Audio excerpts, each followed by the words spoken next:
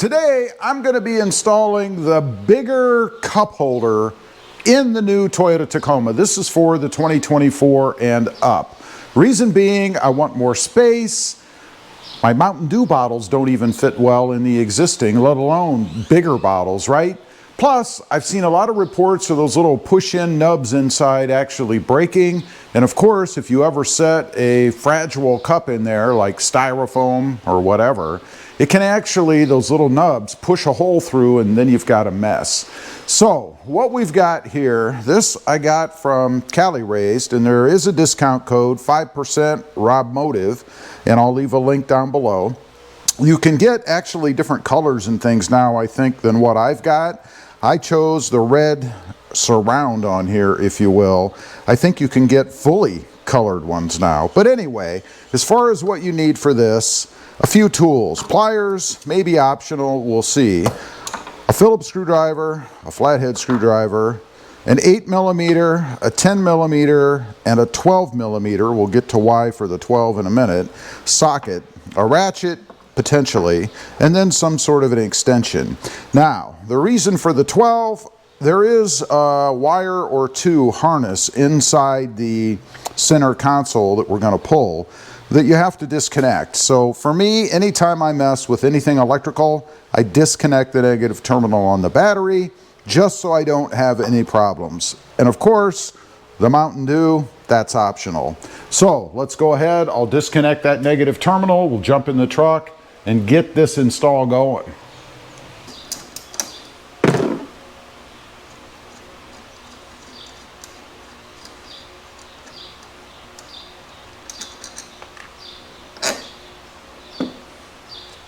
And I always like to put the nut back on just so I don't lose it, right? And one thing I did forget, not a bad idea to have a box to carry your tools and throw the hardware in that we're going to remove. You do want to save any hardware that you do remove because you're going to reuse it. So to start off, first you want to pull up on the center console shifter plate, if you will. I think usually, and you might need a pry tool for this, I never have, but I usually start over on the driver's front corner. Just kind of pull up a little bit, and I've had mine off before, so it may artificially look like it comes off a little easier than yours might, but it's not difficult. Once you have that done, there are, let's see, looks like 2 screws here. You can either use the 8mm socket or a Phillips screwdriver. Looks like there might be 3. We'll see. I think there are 3 actually. 2 are Phillips head, 1 is just an 8mm socket. So we're going to go ahead, pull those out. And again, you want to make sure that you keep track of these, right? The 2 Phillips are the ones that are right down in front of you, and then the 8mm socket is right beside the handle here. And I say this so that if I have to go back and watch the video to know where they go, I can do that easily. Now, these do come off really easily, so I don't know that you really even need a ratchet. We'll see on this one. Yeah, that one's a little harder, or I'm a little weaker, I don't know which, but whichever, I am going to use a ratchet. At least to get it started anyway. This thing is just in my way. Oh well. Go ahead and pull that last screw out of there. That's pretty simple. Now, we need to move over here to the other side. There is a plate right down here on the edge. You want to pop that off.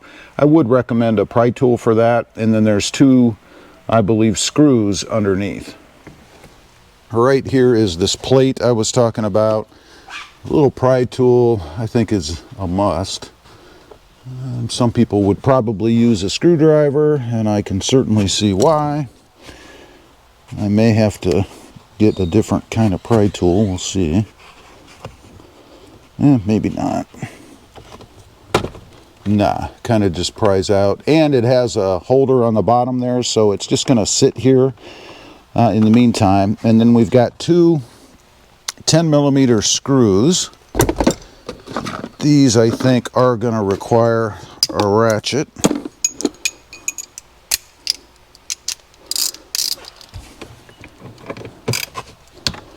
Oh yeah. Yeah, those are in there, baby.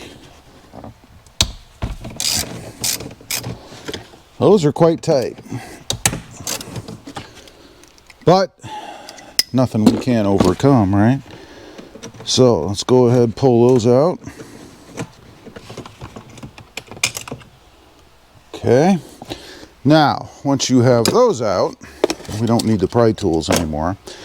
You want to give a little pull, if you will, to this side grab handle piece. It's going to pull out a little bit to release it from the center console.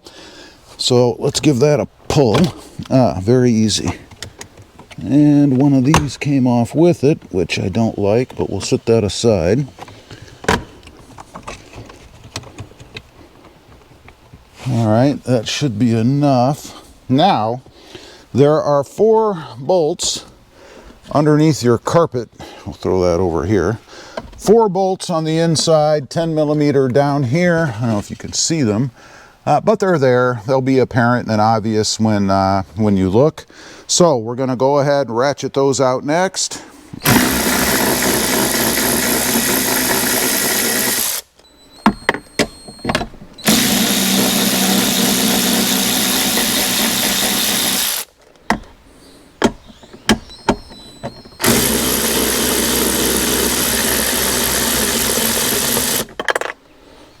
Okay, of course you could see it doesn't hurt to use a power tool.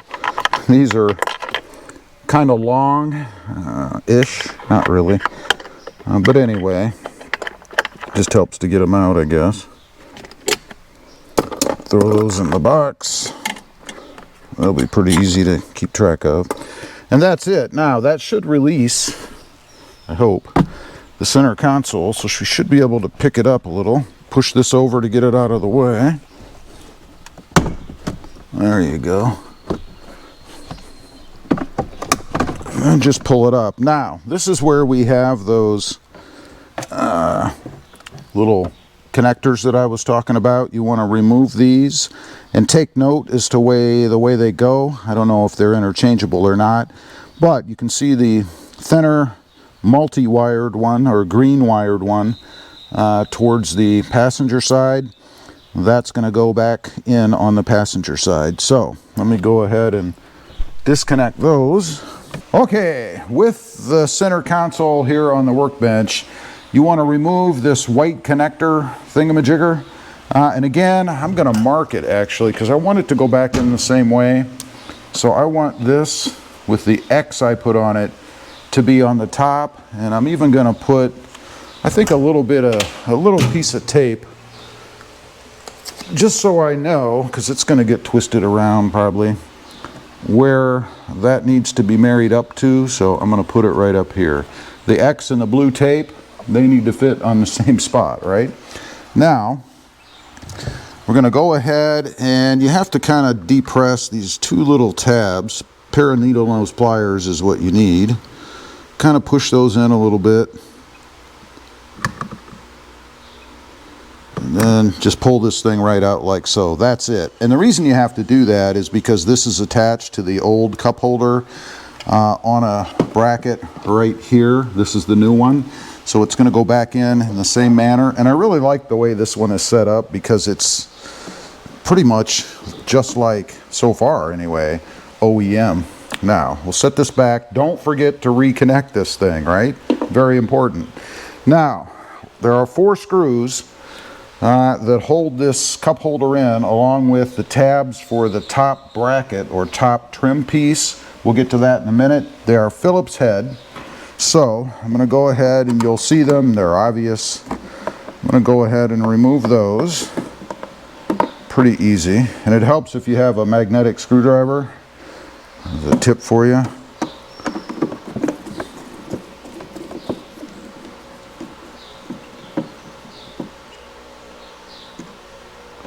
My screwdriver is apparently not as magnetic as I thought. I think the screw just kind of stuck to it. like my pliers are more magnetic.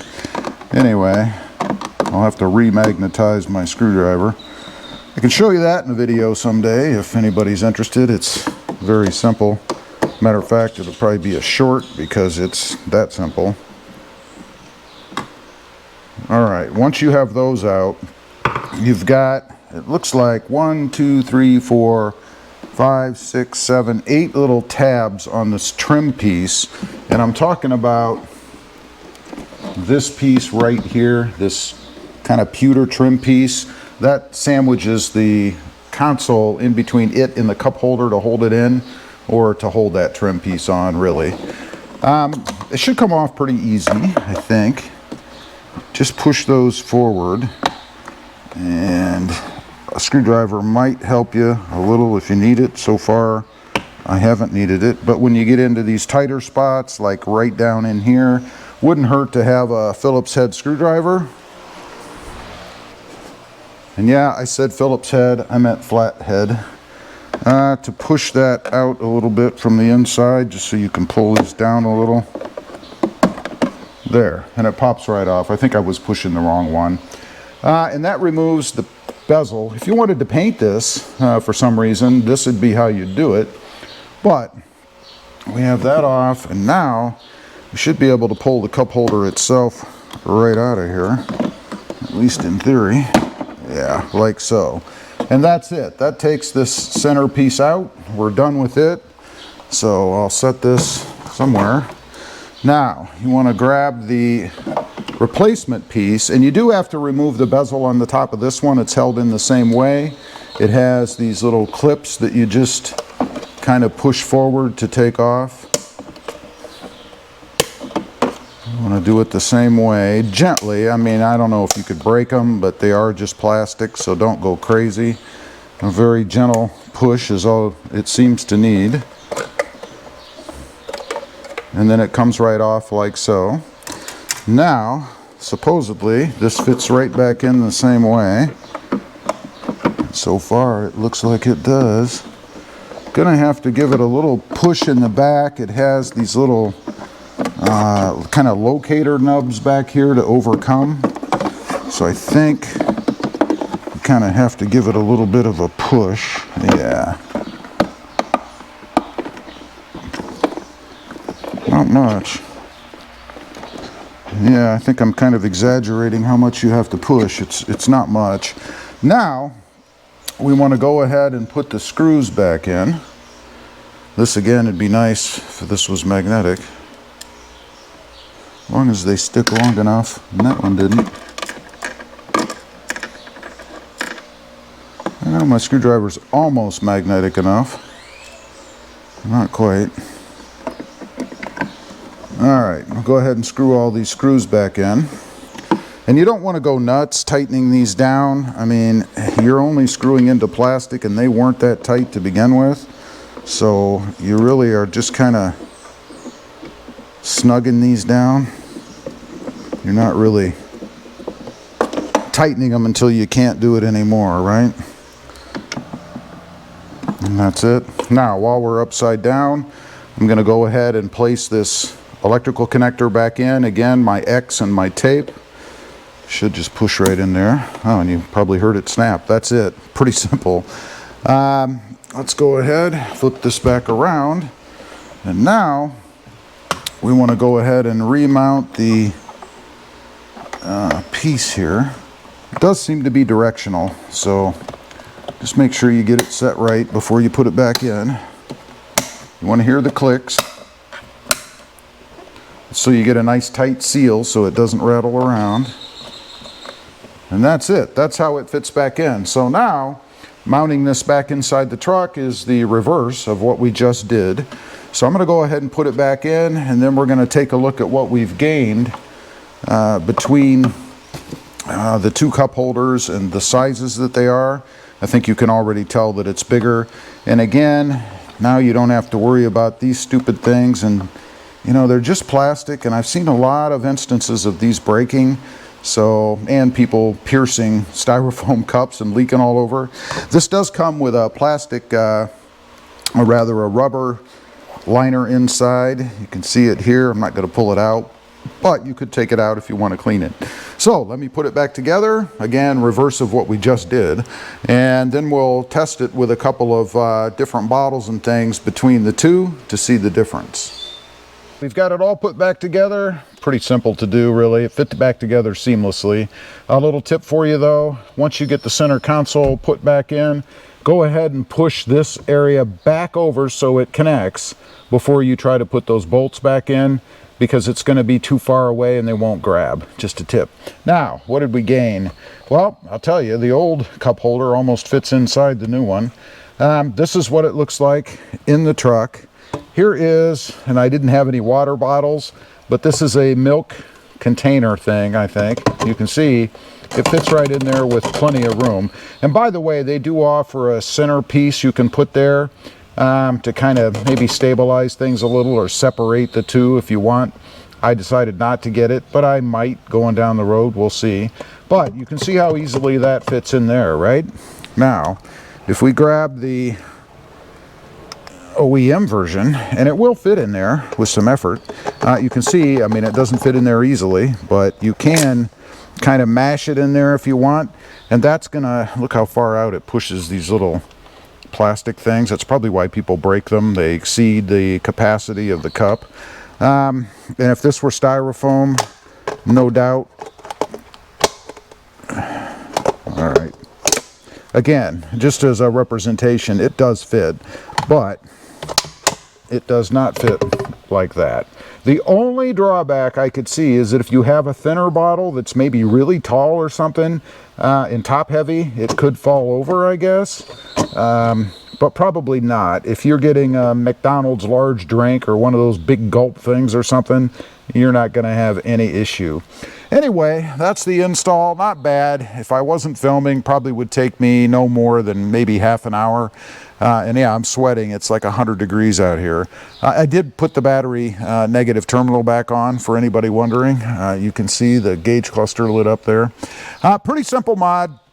I would recommend it if you're having issues with those little nubs in there that are busting your styrofoam or thin lined cups, or if you just need something bigger to haul those big giant drinks that I know a lot of people like to carry around.